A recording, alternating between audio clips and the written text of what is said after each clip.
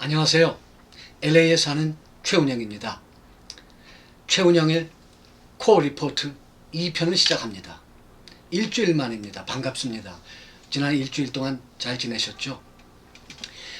그리고 지난 1편, 코어 리포트 1편에서 제가 연방대법원이라고 했어야 되는데 대자를 빼고 그냥 연방법원이라고 말씀드렸는데 그 저의 실수입니다. 죄송합니다. 지난 일주일 동안 우리 모두가 그 여러 매체들, 언론, 뉴스를 봤는데 우리가 다 봤듯이 코로나 속보하고 그리고 미 의사당 폭력 점거 그 두 개가 그냥 탑 뉴스 일색이더라고요. 거의 모든 매체. 그래서 그리고 특히 이 의사당 폭력 점거 그 사태에 뒷뉴스들, 속보들이 지금 새롭게 나오고 새로운 사실들이 밝혀지고 있어서 오늘 코어 리포트 2편은 다른 여러 탑 시사 뉴스에 꼭 제가 말씀드려야 할 특별한 게 별로 없었어요. 이 중요한 두 뉴스 때문에. 그래서 오늘은 시사 토픽 없이 직접 코어 리포트로 들어갑니다. 미 의사당 폭력 점거 사태의 뒷얘기들입니다. 자, 첫째로 제가 신문사에서 잠깐 일한 적이 있는데 신문사에서 그 신문을 제작하는 데 있어서 가장 최고의 공을 들이는 역점이 뭐라고 생각하세요, 반님은? 물론 다 아시겠지만 헤드라인 뽑는 거죠. 헤드라인. 제가 30년 전에 한국일보에 다닐 때는 그때는 일본 말이 많았어요. 그래서 헤드라인이라고 안 하고 야마라고 불렀습니다. 야마를 어떻게 뽑느냐? 우리가 신문을 사서 척 보면 인터넷이건 종이건 우리가 제일 먼저 눈길을 주는 게 헤드라인이죠. 그래서 제가 유심히 보는데 여러 매체들이 거의 비슷하게 의사당 점거, 폭력 시위 이런 식으로만 했는데 어느 한 매체가 이런 표현을 썼더라고요. 지원 씨 그거 좀 올려주세요. 자막 보이시죠? 폭력의 광란 파티입니다. Orgy of Violence. 이 제목이 저한테 제 눈길을 끌더라고요. 아마 orgy라는 말이 그 광란 파티면서 또 그 영어에는 또 한 단어가 여러 의미가 있지 않습니까? 특히 이거는 난잡한 혼교라는 아주 음란한 뜻도 같이 갖고 있는 단어예요. orgy가. 그런데 참 잘 표현했구나 하는 느낌이 들더라고요. 제가 뉴스에서 그 폭도들을 보니까 이 사람들이 정말 거침없이 정말 광란의 파티처럼 그렇게 날고 뛰었지 않습니까? 그래서 저는 이게 그냥 즉흥적인 성난 군중들의 어떤 그런 집단 행동이었구나 라고 생각을 했었는데 이 계속 밝혀지는 걸 보면 그게 아니더라고요. 그러니까 이번에 참가한 사람들이 다 그냥 무작위로 어중이 떠중이 그냥 모인 것이 아니고 거기에 백인 우월주의 단체 Proud Boys 트럼프가 은근히 자기 편임을 과시했었죠. 뭐라고 했었습니까? 그 사람들이 난폭한 행위를 했을 때 그거에 대해서 아주 점잖게 얘기하는 듯 하고 말리는 듯 하더니 그때 끝에 가서 뭐라고 그랬죠? We love you. You are very special. 폭도들을 비난하는 할 수 없이 한 등 떠밀려서 한 기자 담화, TV 담화에 맨 끝에 가서 그러니까 마치 너 그러면 안 돼. 왜 그랬어? 하고 나서 끝에 가서는 We love you. You are very special. 이게 말이나 됩니까? 그리고 또 다른 어느 한 장소에서는 트럼프가 그랬죠. 그 폭도들 좀 이제 내 쪽으로 오지 말게 그 사람들에게 분명하게 얘기해야 된다. 그랬더니 그때 억지로 또 등 떠밀려서 트럼프가 한 얘기가 뭐였죠? Stand back. 뒤로 물러서. 그리고 그 다음에 뭐라고 그랬죠? Stand by. 뒤로 물러서서 대기하고 있어 너희들. 그래서 Proud Boys라는 백인 우월단체에 새 회원 가입이 폭발적으로 늘었답니다. 이건 트럼프가 완전히 인도어스하는 트럼프가 인정해 주는구나 우리를 백인 우월단. 그래서 그 사람들 새로운 회원들이 어마어마하게 늘었대요. 그 사람들이 이번에 시위를 주동한 몇 개의 단체 중에 하나입니다. 그리고 그 외에도 여러 다른 백인 우월단체들이랑 이 사람들이 치밀하게 사전 계획을 세우고 그리고 서로 조율까지 했다는 거죠. 그래서 기억나십니까? 거기 보면 총기만 소지한 게 아니고 어떤 사람은 단두대, 기요틴까지 갖고 왔더라고요. 얼마나 성능 좋은 단두대인지는 모르겠지만 이놈의 민주당 의원들 목을 쳐야 된다. 그리고 그 ziptie라고 부르는 거 아시죠? 이 쇠 수갑이 없을 때 하얀 플라스틱 끈으로 해가지고 이 뒤로 손 묶게 하는 그 묶음을 들고 나타난 친구들도 한둘이 아니었어요. 그러니까 이번에 트럼프가 미국 역사상 초유의 한 대통령이 2번 탄핵을 받는 치욕을 겪고 있는데 그 미 하원이 그냥 일주일 만에 이번 사태 일주일 만에 그냥 스피디하게 탄핵을 결말지으면서 그 이유가 뭐였죠? 내란 선동죄였어요. 내란 선동죄. 지원씨 거 좀 올려주세요. 그러니까 이 폭도들이 그냥 즉흥적으로 성나서 몰려온 게 아니고 미리 계획을 세웠다는 겁니다. 자, 여기에서 또 좀 등골이 오싹하는 그 얘기가 나오는데요. 그 의사당 경비 경찰 중에서도 내부 협력자가 있어가지고 이들 폭도들에게 어느 문을 열어주고 뭐 안으로 들이고 이런 일도 있었답니다. 그날 당일날. 그래서 의사당 경찰 중에 2명은 정직 처분당하고 그리고 10명이 지금 내사를 받고 있답니다. 그리고 또 더 무시무시한 사건은 사실은 의원들 중에 하원 의원들 중에 두 내부 협조자가 있어서 자 1월 6일 날이었죠. 지난주에 수요일 1월 6일 날 그 의사당 폭거 사태 그 바로 전날 그 여러 다른 의원들이 보는데 의사당 내부에 그 안내를 받으면서 투어라고 그러죠. 그룹의 사람들이 의사당 내부를 다 돌아다니는 걸 봤다는 겁니다. 그래서 의원들이 참 이상하다. 왜냐? 작년 3월부터 코비드-19 코로나 사태로 의사당의 방문객 특히 그 그룹 그 투어가 일체 중단됐는데 아니 갑자기 무슨 투어가 벌어지고 있나? 그래서 경비경찰한테 물어봤대요. 아니 지금 투어 안 되고 있잖아 의사당. 그랬더니 예 의사당 내 투어는 안 되고 있는데 의원이 직접 또는 의원 보좌관이 그 사람들을 데리고 다니는 거는 우리도 막을 수 없습니다. 라는 답을 들었답니다. 그러니까 이게 계속돼서 나오는 뉴스에 보면 그 트럼프 대통령의 탄핵 죄목처럼 이게 내란의 냄새가 나기 시작하는 거예요. 자, 그리고 이게 참 이번 사태가 이게 정말 그냥 아주 일촉즉발의 아주 그 간발의 차이로 정말 잘못 돌아갔다가는 미국을 상징하는 미국의 의사당이 그냥 완전히 인질극의 무대가 될 뻔했던 거예요. 아까 말씀드렸지만 그 수갑용으로 쓰기 위해서 플라스틱 그거 끊고 갖고 왔었고 총기는 물론이고 폭탄도 그 근처에 또 폭탄도 발견되고 그 파킹된 차 안에서 이게 아주 더 커질 수 있었던 사건입니다. 그날 의원들이 그 합동회의하다가 530명이죠. 하원 435명과 상원 100명. 그 사람들이 막 피신을 하고 이러는데요. 그런데 그 요새 뉴욕 지역의 그 민주당 하원 의원인 요새 신예로 뜨고 있는 알렉산드라 오카시오 코르테즈라는 의원이 TV에 나와서 얘기를 하는데 이런 얘기를 하더군요. 자, 우리가 급박하게 피신을 하는데 우리를 안전장소를 데려가는데 다른 동료들하고 같이 가는데 보니까 그들 중에 백인 우월주의자, 의원이면서도 백인 우월주의자거나 백인 우월 단체와 긴밀하게 그러는 의원들하고 내가 같이 가서 내가 안전할까? 그래서 자기는 거기에 같이 안 따라갔다는 겁니다.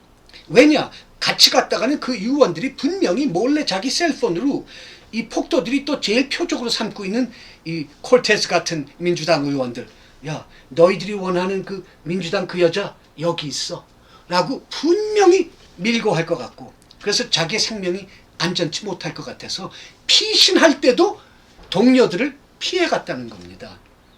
그리고 부통령 마이크 펜스는 그때 폭도들이 제일 크게 소리친 게 여러 가지 있었죠. 그 중에 제일 많이 소리치고 제일 크게 소리친 게 부통령 마이크 펜스 목 매달아 죽여라. Hang Mike Pence, Hang Mike Pence. 그리고 복도를 쏘다니고 그랬어요. 의사당 내에. 그런데 그 비밀 요원들이 부통령 마이크 펜스를 피신시키는데 100피트 밖에 안 떨어져 있었답니다. 폭도들하고. 잘못하다가는 정말 1초, 2초만 늦었다가는 폭도들한테 실제로 부통령은 인질로 잡혀서 뭐 사설 재판을 받고 처형되거나 목매달리거나 그런 사태가 일어날 수도 있었던 거죠.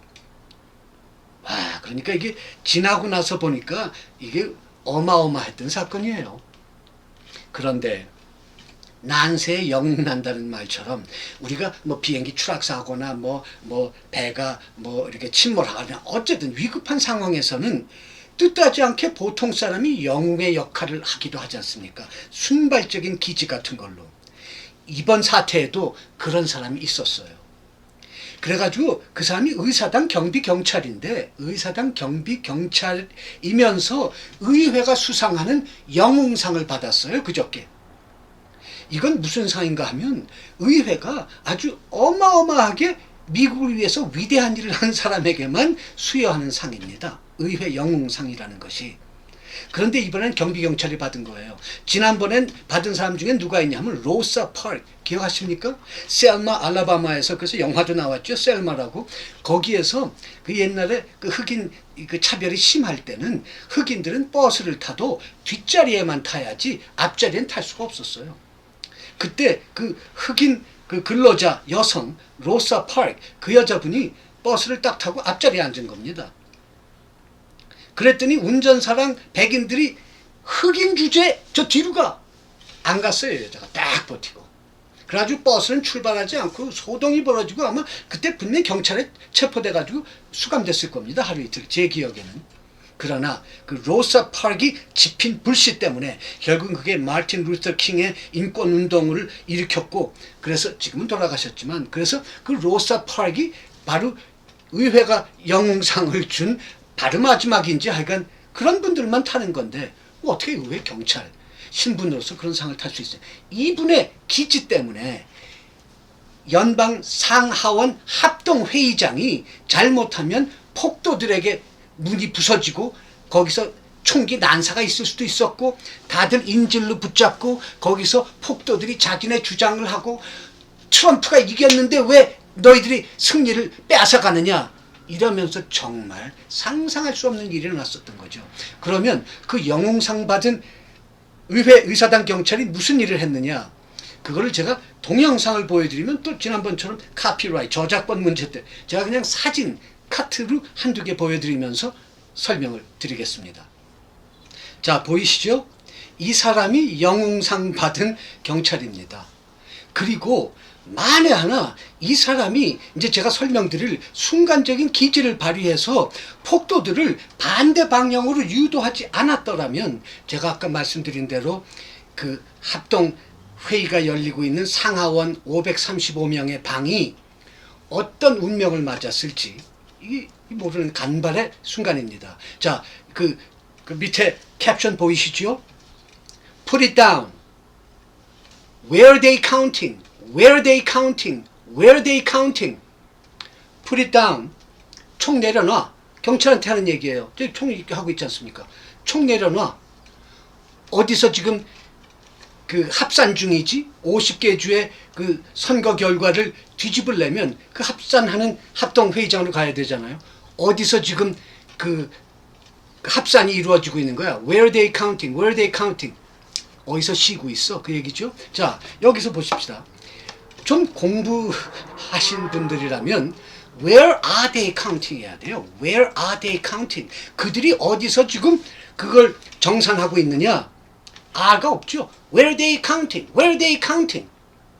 이건 내가 뭐 폭도들을 무시하는 게 이게 조금 교육 덜 받은 분들의 화법이에요. 물론 요새는 교육 많이 받은 분들도 필요한 거 가지치고 뭐 치고 하고 하는 게 요새 효율적인 영어니까 이게 뭐 특히 하자가 있다는 얘기는 아닌데 우리가 누군가가 그 말투를 보면 그 사람의 교육 수준을 알 수 있지 않습니까? Where are they counting? Where are they counting? 교육 수준이 나타나는 거예요. 자, 두 번째 사진 넣어주세요, 지훈 씨. 자, 두 번째 사진 보이시죠? 자, 그러니까 이 경찰이 워낙 수적으로 밀리니까 자기는 한 명이고, 그러니까 자꾸 뒤로 가면서 이제 계단을 올라왔어요. 계단을 올라왔는데, 자, 저 사진에 경찰의 등 왼쪽으로 보이는데 약간 파란색, 그 복도 쪽으로 가면 거기가 그 본 합동회의장이 있는데요. 그러니까 저 영웅이 폭도들을 지금 이쪽, 우리 앞쪽으로 이렇게 결국 유도해 왔거든요. 그래서 저쪽 반대편 복도로 안 가게끔. 그래서 경찰이 나중에 후일담을 하는 얘기가, 자기가 그 계단을 올라와서 딱 보니까 합동회의장 쪽 앞에 문간에 경비도 하나도 없더라는 거죠. 이거 큰일 났구나. 내가 이 폭도들을 이리로 끌어야겠구나. 그래가지고 이 경찰이 우리가 보는 화면에 우리 쪽으로 폭도들을 반대 복도 쪽으로 끌은 겁니다. 그래서 시간을 벌어서 합동회의하던 상하원들이 피신할 수 있는 시간을 마련해 준 거죠. 이제 사진 빼도 돼요. 이 사람 한 사람의 기지가 혹은 미국의 민주주의의 위기를, 혹은 뭐 미국 그 금융가 저 뉴욕 스탁 익스체인지나 주식 시장이나 뭐 이런 금융가, 그래서 기침을 하면 뭐 전 세계가 독감에 걸린다, 그런 말들 들었잖아요. 우리 미국의 민주주의가 이 사람의 기지가 아니었어서 난장판 난리가 났더라면 이게 세계적인 파장이 일지 않았겠습니까? 그러지 않아도 트럼프의 지난 4년 동안 전 세계에 좀 비민주적이고 독재 성향이 있는 사람들, 이런 지도자들 얼마나 좋았는지 몰라요. 자기 국민들에게 똑같은 식으로 얘기합니다. 트럼프랑. 언론 믿지 마. 언론은 국민의 적이야. 누구도 믿지 마. 나만 믿어. 그 세계에 지금 트럼프 때문에 좋아할 지도자들이, 제가 이거 하나 까먹을까봐 잠깐 지금 메모를 해놨어요. 러시아 푸틴은 물론이죠.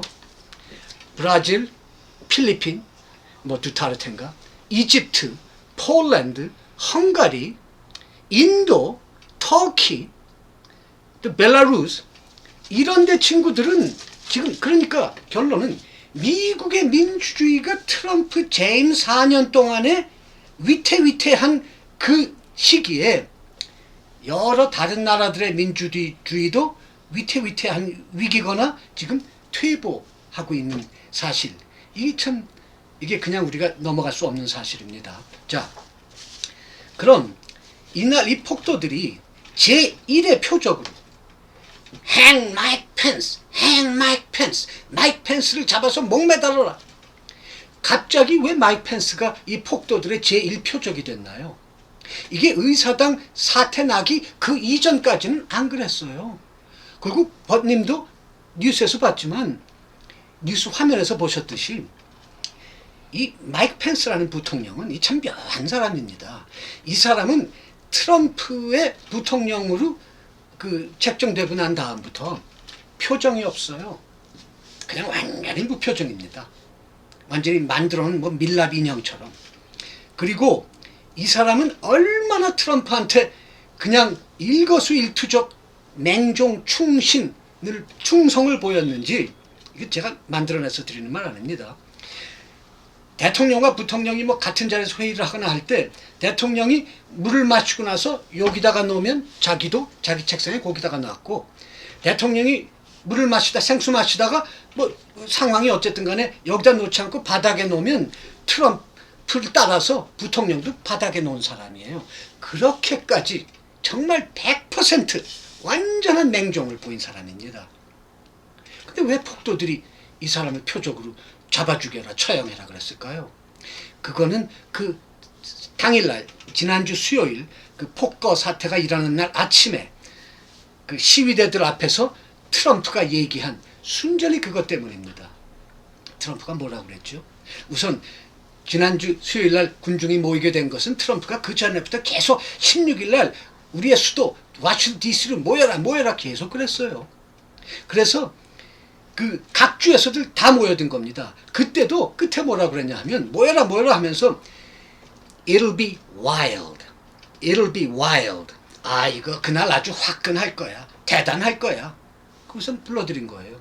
그래서 이번에 나중에 또 뒤에 가서 말씀드리겠지만 FBI가 이제 벌써 한 150명쯤 체포했고 20명쯤 기소한 상태고 앞으로도 수백 명 더 이제 FBI가 지난 9.11 사태 세계 사람들의 인식을 바꿔놓은 그 쌍둥이 빌딩 폭파 그게 2001년이니까 19년 전이네요. 그 이후로 FBI가 이렇게 총력적인 수사를 벌여본 적이 없습니다.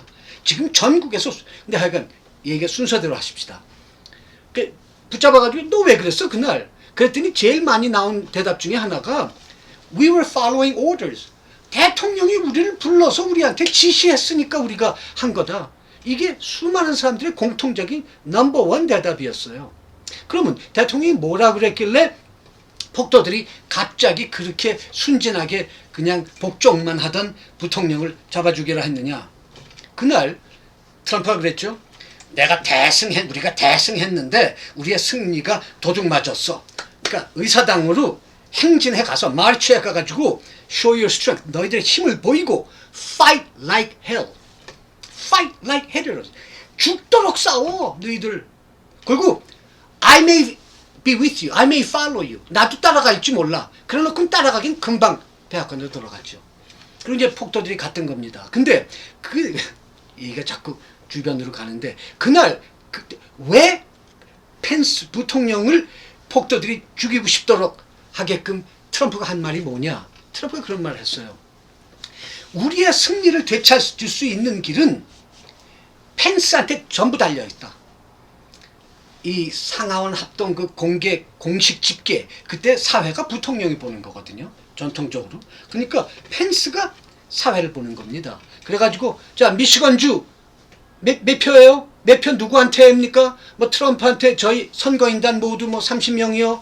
캘리포니아 주요. 이렇게 하는 건데 트럼프가 뭐라고 시민들한테 얘기했냐면 그 사람이 펜스가 뒤집어 부르면 된다는 거예요.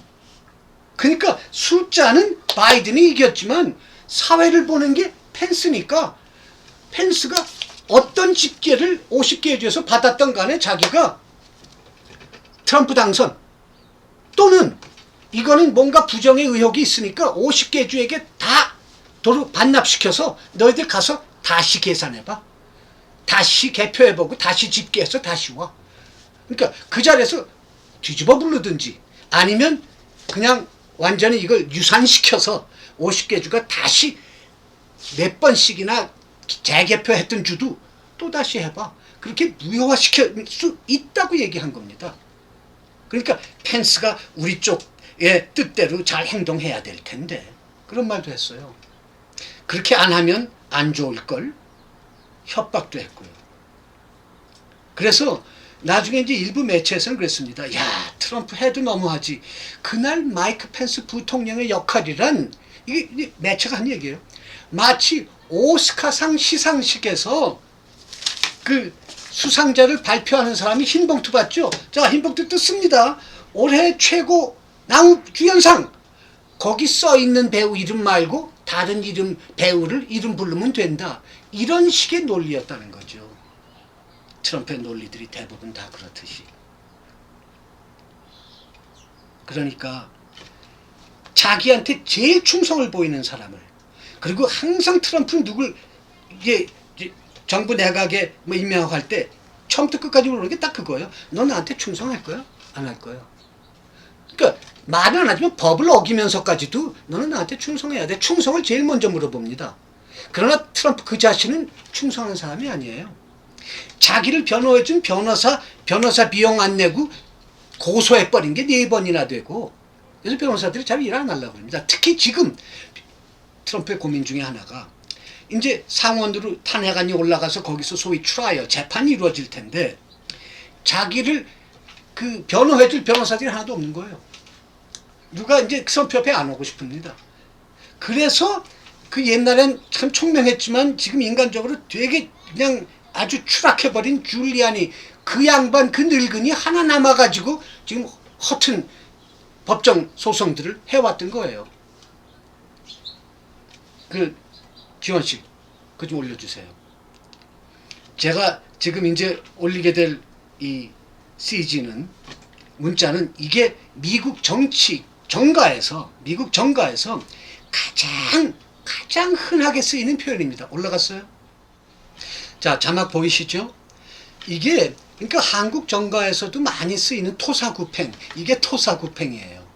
실컷 써먹다가 자기가 위급해지면 자기의 손발까지도, 자기의 손발 역할을 하던 사람까지도 버스 밑에 던져버린다는 거예요. 속죄양으로 희생시키는 겁니다. 너 죽고 날 위해서 좀 죽어줘. 나 지금 이 위급한 상황 벗어나야 되겠구나. 바로 이런 거예요. 그러니까 폭도들이 트럼프의 또 그 지시에 따라서 펜스는 죽일러. 그러니까 펜스는 이제 아마 그 여생 자기 이 어깨 뒤를 항상 봐야 될 겁니다.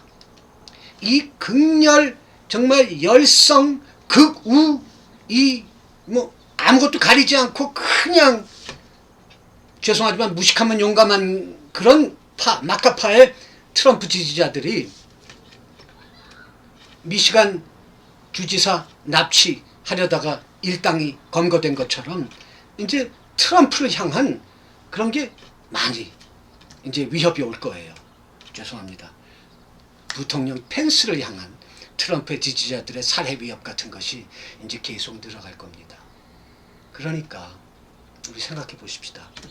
우리가 누굴 위해서 충성을 바치고 의리를 다 바치면 결국 끝이 이렇다면 그러면 자 여기서 제가 자막을 준비하지는 않았는데 제가 이거 뭐 계획하고 하는 얘기가 아니라서 뭐 중구난방 왔다 갔다 합니다. 근데 다 또 제 물결을 찾아서 결말을 잘 맺을 겁니다. 그 트럼프에 대해서 하는 말 중에 또 하나 이런 말이 있어요. Whatever he touches dies. 그가 손을 대면 다 죽어버린다는 거예요. 그럼 화초 못 키우는 사람 뭐 화초 갖다 놔봐야 금방 죽으면 Whatever he touches dies.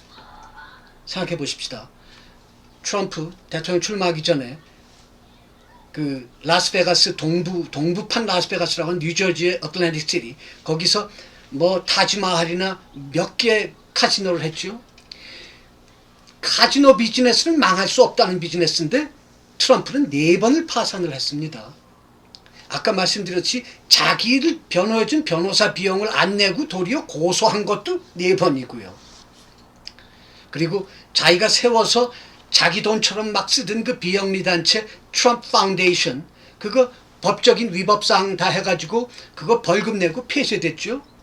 그리고 자기가 자기 이름을 걸었던 트럼프 대학, 트럼프 유니버시티 뭐 성공의 비결을 가르쳐 줍니다. 그래가지고 두당 25,000불인가를 챙겨가지고 트럼프 얼굴도 한번 못 보고 교재도 번듯이 없고 그런 완전 사기극을 벌이다가 그것도 검찰에 기소돼가지고 대통령 출마 직전에 그게 5점으로 확산될까봐 2,500만 달러, 25 밀리언 달러를 피해자들한테 나눠주고 국가에 벌금 내고 해서 트럼프 대학도 폐쇄됐어요.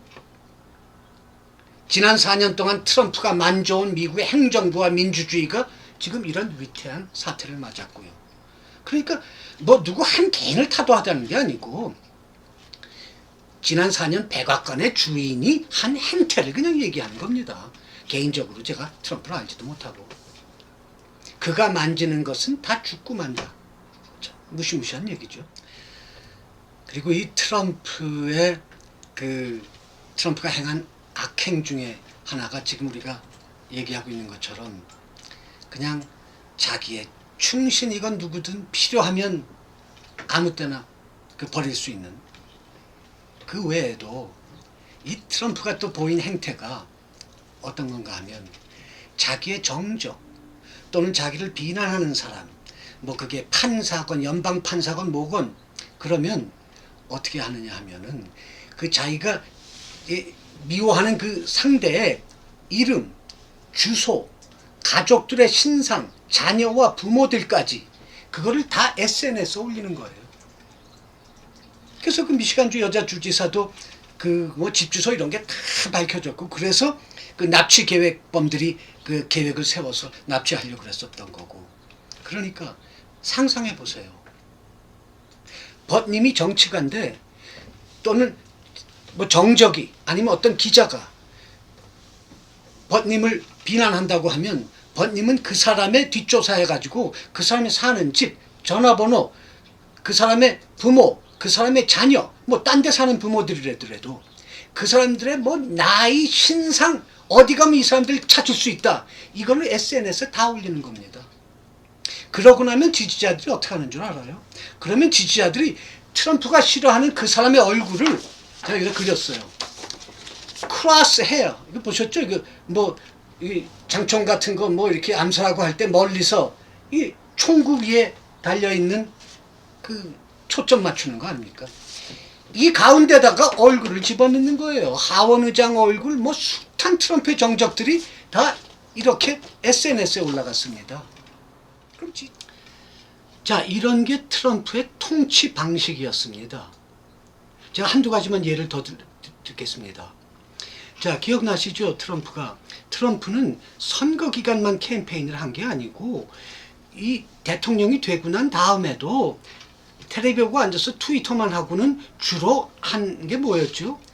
선거 전과 똑같이 대통령이 된 후인데도 선거 전과 똑같이 스테디움 같은 거 빌려가지고 자기 열렬 지지파들로 꽉 채운 다음에 그 다음에 거기서 그 지지자들의 박수 뭐 그런 거를 너무 즐긴 거예요. 아부를 즐기는 겁니다. 아부를. 독재자들의 이 아부를 굉장히 즐기는 거예요, 트럼프가. 자, 그런 그가 많이 열었던 취임 전이나 취임 후에 캠페인에서 그가 자주 했던 말이 또 뭐였죠? Slap him around, kick him around, punch him.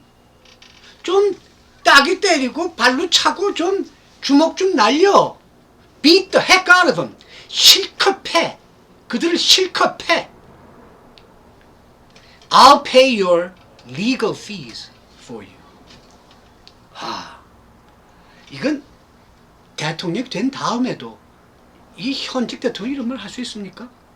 그 정적들, 저 우리 반대편들 좀 실컷 패줘.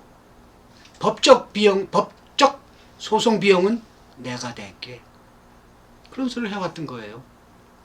그러니까 이번 의사당 사태는 어떤 돌발 사태가 아니고 지난 4년 동안에 트럼프가 그냥 썩고 곰게 만들었던 그것들이 번지면서 이렇게 커진 거예요.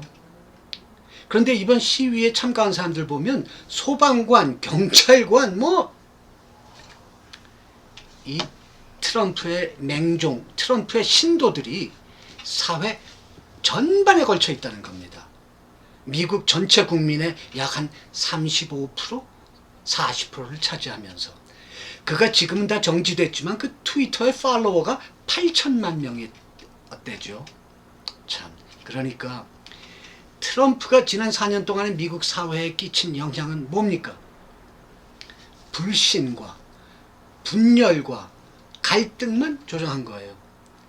진실을 추방시켜버리고 거짓이 진실 행세를 해온 겁니다.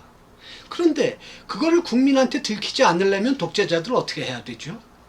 바로 트럼프가 한 또 하나의 통치 방식입니다. Press, media, they're enemies of the people. 우리 국민의 공공의 적이라는 거예요. 미디어 언론이 다. 그러니까 미디어 언론이 대부분 자기의 우파 일부 매체들, Fox를 위시한 QAnon, 뉴스맥스, 원 아메리카 이런 데들이 다 트럼프의 그냥 선전부 역할을 해왔던 거죠. 그러니까 미국의 모든 언론, 나를 반대하는 모든 언론, 반대하는 게 대부분이었으니까 모든 언론은 다 페이크 뉴스다. 그리고 자기한테 불리한 판결을 내린 법원들 이거 다 믿지 말고 의회, 민주주의의 그 세계 주춧돌 법원, 행정부, 입법부 자기의 행정부만 믿고 입법부, 사법부 믿지도 마. 그러니까 온 사회에 불신 풍조가 이렇게 퍼지게 된 거죠. 자, 이제 트럼프의 통치 방식은 이쯤에서 또 생각나면 또 말씀드릴게요. 자, 이제 수사 진행 상황을 간단히 보십시다. 지금 현재 200명 정도가 기소된 상태랍니다. 그런데 기소는 charge는 했지만 실제로 체포한 사람은 한 150명쯤 된다나 봐요. 그런데 앞으로 어마어마하게 더 많은 이제 수사가 진행될 겁니다. 그래서 여기서 또다시 흔한 표현인데 제가 자막 준비는 못했는데, 그 FBI 이번에 기자회견한 그 워싱턴 DC의 연방 검사가 그런 말을 하더군요. We will not leave any stone unturned. 이것도 굉장히 흔한 표현입니다. 이 모든 돌들을 다 뒤집어 보겠다는 거죠. 그 밑에 뭐가 있는지 하나의 돌도 안 뒤집어 본 돌이 없게끔 모든 돌을 다 뒤집어. We will leave no stone unturned. 그러니까 철저하게 총력 수사를 벌릴 겁니다. 그런데 이번에 또 참 재밌는 것 중에 하나는 이번에 시위에 참가한 사람들이 이게 신고를 받아요. 또 FBI가 신고 좀 해달라고. 그런데 참가한 사람의 가족이나 친구, 뭐 전 애인 이런 사람들도 FBI에 신고한답니다. 자기의 가족인데도. 그래서 FBI가 이번에 시위 참가자들이나 참가했을 거로 보이는 혹은 전체적인 대중에게 뭐라고 얘기하는 줄 알아요? 당신이 지난주 수요일 날 그 시위에 참가했다면 이건 이제 시간 문제다. 당신의 문을 우리가 노크할 것이다, FBI가. 왜냐? 너의 가족, 전 애인, 친구들도 우리에게 너에 대한 정보를 주고 있어. 그 얘기죠. 그러니까 지금 시위에 참가했다가 아직 체포되지 않은 50개 주 다 수사가 진행 중입니다. 지금 가슴이 두근두근 할 거예요. 자, 그리고 또 하나 이게 정말 흥미로운 사건이 있습니다. 이 사실이 있습니다. FBI가 이게 생각해 보십시오. 2,000명이라죠. 그날의 폭도가.